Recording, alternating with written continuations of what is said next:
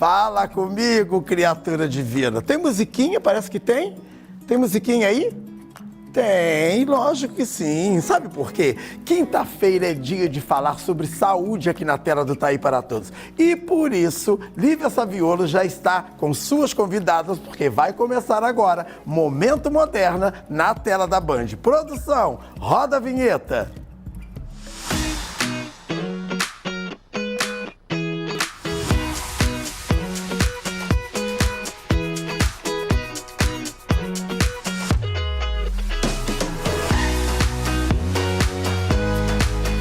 Boa tarde, está começando mais um quadro Momento Moderna. E o tema de hoje é sobre envelhecer com saúde. Com o avanço da medicina e das novas tecnologias, a expectativa da população vem aumentando nas últimas décadas. E, segundo o Instituto Brasileiro de Geografia e Estatística, o IBGE, a expectativa de vida do homem é de 73 anos e da mulher de 80 anos. Então, diante disso, precisamos entender o que fazer para envelhecer com saúde e como iniciar um planejamento de vida saudável para a nossa terceira idade. E para conversar com a gente sobre os cuidados do processo de envelhecimento, estão comigo Gabriela Meirelles, que é geriatra, e Liege Brito, que é nutróloga. Sejam muito bem-vindas. Muito obrigada. Obrigada. Gabriela, como que a gente faz para se preparar para o envelhecimento? Então, se preparar para o envelhecimento é um investimento que deve acontecer na juventude, né? Eu acredito que a gente tem que investir qualidade de vida, alimentação saudável, atividade física, bons hábitos, as visitas médicas regulares, nutricionais, enfim, para a gente ter um envelhecimento saudável. A gente só vai conseguir envelhecer bem se a gente viver bem, né? É verdade. E como que a sua especialidade começou em relação a essa parte da melhora da qualidade de vida das pacientes? A nutrologia, Lívia, ela é uma especialidade médica relativamente nova. Ela é da década de 70, então, dentre as outras especialidades, ela é bem recente. A nutrologia é uma especialidade que visa trazer longevidade ao organismo humano, ao corpo humano, fazendo com que ele tenha o seu maior equilíbrio dentro de saúde e não adoeça. E com isso atinge aí o maior número de vida com saúde. Sim. E o que pode gerar um envelhecimento mais precoce, Gabriela? Então, tudo que possa gerar aumento de estresse oxidativo, né, doenças mal controladas, má alimentação, excesso de carboidrato, de gorduras, falta de atividade física, tudo que possa gerar aumento realmente desse estresse oxidativo vai fazer o envelhecimento das células mais cedo e consequentemente, a velhice não vai ser tão saudável, né? A falta de controle, uso inadequado de remédios, suplementação de forma inadequada, são somatórios de coisas que vão fazer a gente envelhecer de forma inapropriada. Sim. E como que a alimentação vai ajudar as pacientes? Como que a gente consegue explicar essa importância para as pessoas? Sim. A gente temos que nos lembrar que essa vida contemporânea, ela é cercada de alimentos super processados, ultraprocessados, muito industrializados. Nós deixamos de comer comida natural. Aliás, a gente diz hoje que comer comida natural é um novo luxo, porque a gente deixou de ter contato a esses alimentos. A comida industrializada, ela é uma comida que o corpo humano não reconhece como saudável. E assim a gente vai acumulando resíduos ao longo da vida por comer industrializados. E isso, consequentemente, gera um envelhecimento celular. Então, a alimentação saudável, nos nutrir de forma adequada, é como adubar um bom solo. Você coloca bons adubos para que ele floresça e ele dê bons frutos. E essa é a importância da gente estar nos nutrindo bem com comida natural e nos hidratando, porque também adubo sem água, a terra não fica completamente fértil, fazendo uma analogia ao solo.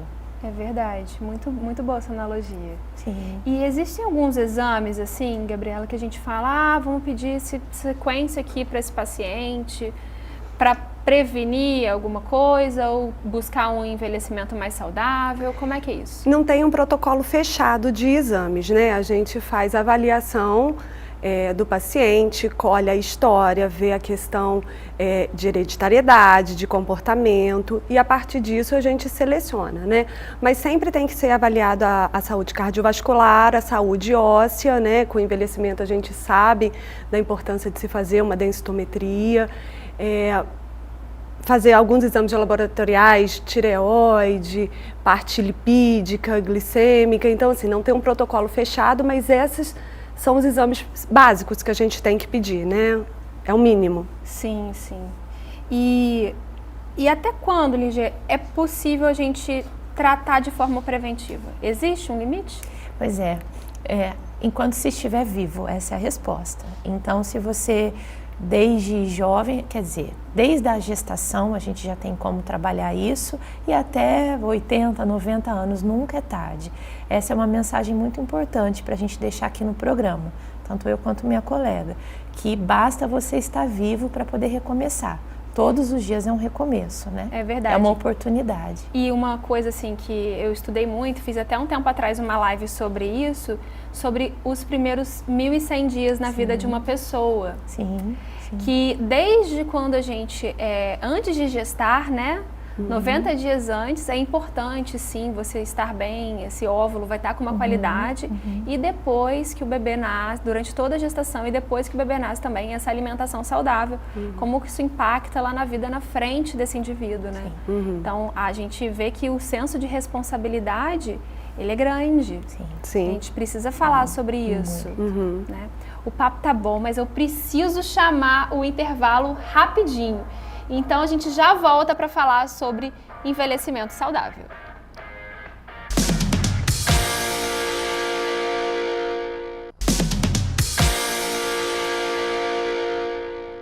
Estamos de volta e o tema de hoje é sobre envelhecer com saúde. E para esclarecer dúvidas e explicar tudo sobre esse processo, está comigo Gabriela Meirelles, que é geriatra, e a nutróloga Ligia Brito. Sejam bem-vindas de volta. E a gente sabe que nem só de se alimentar bem, prática de atividade física é importante para a qualidade de vida de um indivíduo. Dormir é fundamental, né, Gabriela? Fundamental. Quando a gente dorme, é a hora que o cérebro repousa, é a hora que vem a produção hormonal, são várias coisas ali regulatórias, né? Da nossa saúde. A gente sabe que com o envelhecimento o tempo de sono diminui, os despertares são mais frequentes, então é muito importante estar avaliando a qualidade do sono para a gente envelhecer com saúde. E a atividade física também é importante. Existe alguma coisa que é mais adequada? A atividade física, ela está intrínseca ao nosso corpo físico, né? Nós temos que nos manter em movimento. Enquanto você é jovem, adulto jovem, quaisquer tipos de movimentos, esportes, caminhada, bicicleta, natação, são muito adequados. A partir de uma certa idade, principalmente após os 50 anos, a musculação se mostra mais efetiva, principalmente na redução da massa muscular, que é uma questão inerente do envelhecimento. Sim. Uma doença muito frequente no consultório de ginecologia é a síndrome de ovário policístico. E os estudos mostram cada vez mais o impacto cardiovascular dessa mulher que não se cuida. Antes, ignora o fato dela ter a síndrome do ovário policístico. Tanto na questão de reprodução mesmo, que pode ter uma dificuldade para engravidar, quanto a saúde cardiovascular, como eu falei. E nessas pacientes, né, a gente vê que não adianta só uma caminhada nas pacientes com síndrome de ovário policístico. Existe sim uma recomendação para fazer um exercício mais intenso, porque senão pode não ser válido. Você pega muitas pacientes com SOP? Porque a mulher com síndrome dos ovários policísticos, ela tem uma doença metabólica de difícil controle. Essa mulher, ela possui elevados índices de um hormônio chamado insulina. E a insulina, ela é sensibilizada com o exercício de musculação.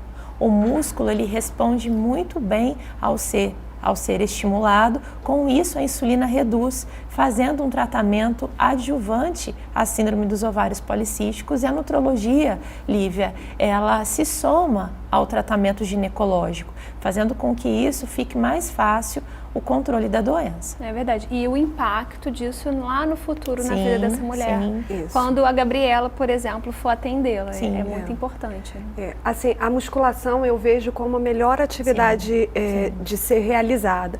Óbvio que tem que ser com orientação, né? Porque uma musculação mal feita pode causar lesões, enfim. Mas a gente vê que o exercício com resistência é o que vai dar melhor resposta ao longo do prazo. Tem gente que não aceita, não consegue fazer. Eu falo que o exercício bom é aquele que a gente consegue fazer, que dá prazer. Mas em termos de resposta, a musculação de fato é a que dá mais resposta na sarcopenia, na síndrome do ovário policístico e outras doenças. E outras doenças. Quando a pessoa fala assim, eu vou ao geriatra, é uma dúvida comum. Tem idade mínima, Gabriela, para falar, eu vou ao geriatra? Como que funciona isso, essa procura? De praxe, as pessoas procuram o geriatra depois dos 60 anos, tá? Mas não é uma regra, tem gente que vai mais cedo. Eu tenho pacientes com 30, com 40 anos, já pensando no envelhecimento mesmo, né? Dependendo da história familiar, já quer, meu avô tem Alzheimer, eu quero fazer uma prevenção, o que eu já posso fazer para envelhecer com mais saúde? Mas de praxe, as pessoas procuram geriatra depois dos 60 anos, mas não é regra. E tem algum exame, alguma coisa que dá para fazer antes? Por exemplo, uma história de Alzheimer? Então, assim, são hábitos de vida, não tem um exame para você fazer. E vai ter, não vai ter, né? Mas a gente já vai avaliando o paciente como um todo, né? Uma visão mais holística da pessoa, já pensando nessa prevenção, pensando no histórico e o que essa pessoa pode desenvolver ou não, né? Sim. E tem uma dieta ideal? Hoje a gente não fala assim em dietas específicas, né? A gente fala sobre bons hábitos alimentares e uma boa nutrição. O que a gente tem assim que ter o cuidado dentro do consultório e informação geral mesmo, é que cada um comer é um ato comportamental e que a gente começa a desenvolvê-lo desde lá do nosso nascimento. Quando a gente começa a trabalhar a dieta e o paciente já é adulto, a gente não pode entrar com dietas restritivas ou esse terrorismo nutricional como nós temos visto. Corta-se leite, corta-se glúten, não é bem por aí. Nós precisamos fazer uma boa avaliação daquela pessoa e ter uma boa escuta, saber como ela se alimenta e dentro disso a gente fazer um refinamento. E nisso trazer uma alimentação, uma dieta mais adequada para aquela pessoa. Então, nutrição é a medicina que a gente chama de precisão. É você trabalhar cada um na sua individualidade, na sua história. Quem é aquela pessoa que eu estou tratando? É verdade. E às vezes alguns medicamentos podem ser necessários serem utilizados e está tudo bem, né? Sim, sim. Hoje a gente tem a obesidade, Lívia, como uma doença, né? É uma doença de caráter público e que tem tratamento, né? Tratamentos farmacológicos e estamos aí com a ciência evoluindo, trazendo muitas novidades, muita tecnologia ao alcance de muitos e não temos preconceito com tratamento para obesidade.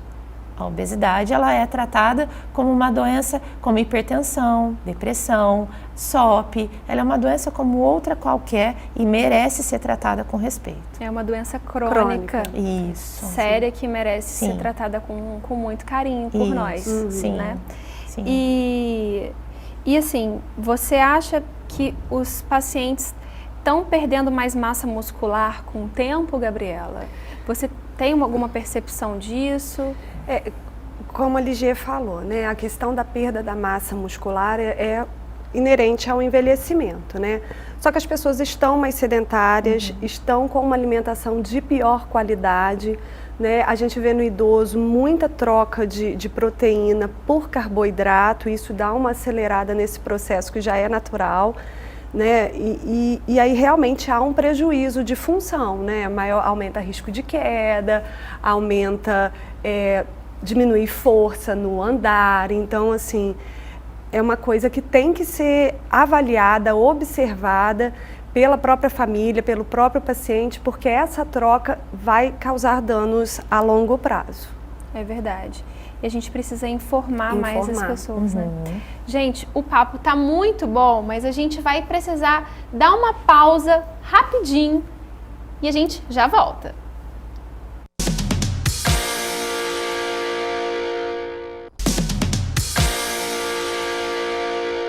Criatura divina, você já conhece a linha Cronovit Azersênio? Agora eu tenho uma dica especial para você que tem mais de 50 anos. Você já conhece o Cronovit Sênior? Ele é um suplemento vitamínico mineral em cápsulas. É isso mesmo, desenvolvido para ajudar a suprir as necessidades diárias da sua nutrição e de pessoas acima de 50 anos. O Cronovit Sênior ajuda a melhorar a disposição do dia a dia, fortalece o sistema imunológico e ainda contribui para quê? Para uma melhor absorção do cálcio no seu organismo. Bom demais, né? E o melhor, você encontra o Cronovit Sênior na drogaria moderna mais próxima de você, ou pelo televendas, ou pelo site drogariamoderna.com.br. Converse com o seu médico antes de incluí-lo na sua rotina. Tá bom para você? Lívia Saviolo, é com você, criatura. Recado do Thaí foi dado para vocês e voltamos. E agora a gente sabe que criar hobbies e realizar atividades sociais de maneira a cuidar da nossa saúde mental é muito importante no processo de envelhecimento, né, Gabriela? Muito importante. A gente viu com a pandemia, né, como que os idosos sofreram com a questão do isolamento social, o pouco contato, deixaram de fazer as atividades e como que a gente viu aumentar índice de depressão, de ansiedade pela diminuição dessas atividades. Então, assim, cuidar da saúde mental é cuidar da socialização, dos hobbies, como você falou, deixar esse idoso produtivo, né, não deixá-lo se sentindo incapaz, inutilizado ali naquela relação familiar. Muitas vezes isso acontece na dinâmica da família, ai, papai não pode fazer isso, mamãe não pode fazer aquilo, e aí vai deixando o idoso isolado, ele se embota, se frustra, não posso desenvolver atividades, habilidades que eu tinha, quando não é bem assim, né? O idoso é capaz de fazer tudo, de repente com algumas limitações, mas pode fazer tudo. Então, estimular a atividade física, estimular hobby, jardinagem, pintura, dança, coral, isso é muito importante. O idoso precisa estar junto dos seus, né? Se sentir produtivo. Isso é muito importante. Sim. E é muito atual, igual a gente estava falando, né? Ele já é a sua especialidade. Sim. E a gente vê o uso indiscriminado de reposição hormonal. O que você tem a dizer pra gente sobre isso, assim? É uma terapia que tem que ser indicada, né? O que você... Com o passar do tempo, junto ao envelhecimento, a gente tem uma queda de todas as funções celulares, né? Nosso corpo, ele vai ter a nossa idade cronológica, do nosso RG.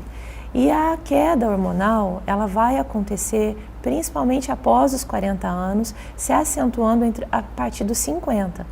A terapia de reposição hormonal, ela teve muita evolução dentro da ciência, principalmente após os anos 2000. A gente tem aí os laboratórios de biotecnologia fazendo hormônios exatamente iguais aos nossos hormônios. A gente já não tem mais, como era antigamente, aqueles hormônios muito parecidos com pílulas anticoncepcionais, que hoje a gente não os utiliza mais. Mas, de fato, a prescrição, a indicação, ela é individual. Está, sim, sendo feita de forma indiscriminada. Então, a gente precisa muito avaliar quem é essa pessoa, ela tem necessidade dessa reposição, ela tem indicações, ela possui contraindicações, qual é o perfil dessa paciente, e ali a gente vai encaixar muito de acordo com a ação do médico, né? Cada médico tem um formato de trabalhar a reposição hormonal. Esta é uma área que eu te digo que eu gosto demais de fazer no meu consultório, porque a longevidade caminha junto, ainda mais atualmente, porque a gente quer envelhecer, chegar aos 70 e 80 anos com muita qualidade, muito viço, muito frescor de vida. E os hormônios, eles nos conferem isso. Não só os sexuais, como testosterona, progesterona, estradiol, mas também os hormônios tiroidianos, o cortisol, o hormônio do crescimento. São hormônios que precisam ser muito bem avaliados e organizados de forma individual. Sim, porque às vezes alguns pacientes ficam ansiosos. Sim. Acho que essa prática nós pegamos. Sim. Porque alguém fez isso, deu certo e eu quero a mesma coisa. Não é assim que funciona. É individualizado, né? Individualizar cada caso. É. Porque é importante também para a saúde cardiovascular, Cerebral, óssea. A gente tem indicações formais. Dentro da parte do idoso, quando ele começa a ter a sarcopenia, que é a diminuição não só da massa muscular, como da força muscular, a gente tem indicações de usar até mesmo hormônios anabólicos, que existe um preconceito com esses hormônios chamados anabolizantes, mas que eles são medicamentos.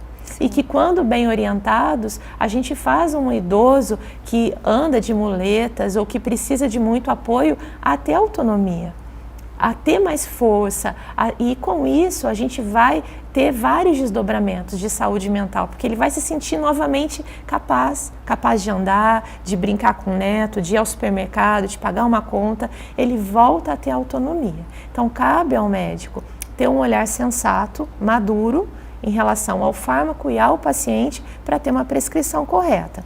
Dentro dessa ansiedade que você diz, eu concordo com você, porque se mistura muito a estética, a vaidade com a saúde. E nesse momento é uma linha muito tênue da gente errar uma prescrição e ao invés de ajudar o paciente, a gente vai adoecê-lo. Então a gente precisa ter muita consciência nessa receita. A questão, eu acho que a questão da reposição hormonal é a questão da individualização mesmo, e não da banalização, que a gente vê que às vezes fica parecendo que todo mundo pode usar, que todo mundo vai ter o efeito benéfico, que todo mundo vai usar o mesmo hormônio, igual você comentou, porque a vizinha usou e eu posso usar. Sim. Então assim, essas coisas têm o seu benefício, eu acho que tem que ser reavaliado, porque houve uma banalização e aí a gente acaba perdendo credibilidade, vamos dizer assim, de um tratamento que é super eficaz e super válido, né? Sim. E essa transparência, da relação médico-paciente, de explicar até mesmo esses detalhes. Sim. E que não é simplesmente para fazer um tratamento e abandonar. Isso. Porque esse segmento é fundamental. Fundamental. Tanto no seu consultório de nutrologia quanto no seu, né, Gabriela? Porque a gente estava até falando, existem algumas escalas, algumas formas que a gente tem de avaliar numa consulta para entender se a pessoa tem algum grau de demência, se tem algum grau de Alzheimer. Não tem várias escalas? Tem escalas para avaliar a questão de depressão, de demência, Alzheimer. Tem várias escalas, a gente tem vários recursos para a gente escalonar esse paciente, avaliar, ver qual tipo de tratamento, porque a gente pensa em demência, na verdade, quando se fala em demência, pensa-se só no Alzheimer, e existem várias causas de demência, né? As causas nutricionais são muito comuns. A gente vê aí alteração de hormônio tireoidiano, deficiência de vitamina B12, de ácido fólico, sendo causadores de quadros demenciais, e todo mundo joga ali no mesmo cesto do Alzheimer. Então essas escalas, esses recursos são importantes da gente usar e direcionar o tratamento, a avaliação. Por isso que o paciente tem que ser individualizado. Não adianta botar todo mundo no mesmo padrão. Cada um tem uma história de vida, cada um tem uma genética, cada um tem um hábito. Então, o paciente tem que ser avaliado individualmente. E essa continuidade do tratamento, porque hoje você pode ter feito uma análise e está de um jeito. E daqui a um ano, esse paciente pode estar diferente. Isso.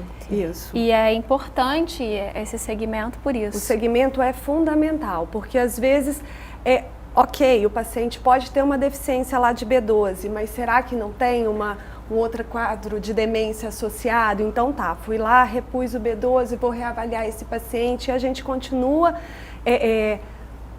na continuidade do tratamento e ajustando de acordo com as respostas do tratamento, com o que a família demanda. A família é uma parceira muito grande para a gente nos pacientes com quadro demencial, porque eles que estão ali no dia a dia, eles que veem o que acontece. Então, assim, tem que ter a continuidade do tratamento. Uma consulta única não é o suficiente. Não é suficiente. E qual o papel, assim, da família, né, em relação a ajudar esse idoso a ter mais independência? Então, a família ela é fundamental, né? Então, tanto para vigiar, observar, ver como é que o idoso está se comportando, mudanças de comportamento, mudanças assim de atitudes, hábitos, tomava banho, agora não toma mais. Isso é importante eles observarem, porque eles trazem essas informações para a gente, que muitas vezes o paciente mesmo não observa. E, como parceiro, ajudando, estimulando esse idoso, não isolando esse idoso. O idoso tem que se sentir produtivo, ele tem que ajudar ali no dia a dia da família, sabe? Se ele era uma cozinheira de mão cheia, de repente não vai fazer aquela panela para a família toda, mas vamos botar ela aqui para descascar uma cenoura, vamos integrar nas atividades do dia a dia. Muitas vezes eles isolam, então a família tem a importância de agregar esse idoso no dia a dia e de observar essas mudanças de comportamento, levar no médico, né? Porque às vezes é uma coisa sutil. Nossa, meu pai era assim, agora já não é mais. Será que foi só hoje? Tem então, que isso ter é importante. esse feeling. Tem que ter esse feeling. É verdade. O papo tá muito bom, né? Eu adorei, tô adorando o nosso bate-papo aqui. E envelhecer é conquistar o caminho da experiência e da sabedoria. É aceitar o processo da vida e se permitir viver sem medo. Envelhecer é ter a certeza de que cada dia é mais uma nova oportunidade. Por isso, faça o melhor por você. Cuide da sua alimentação, do seu corpo, da sua mente. Procure seu médico e esteja em dia com a sua saúde.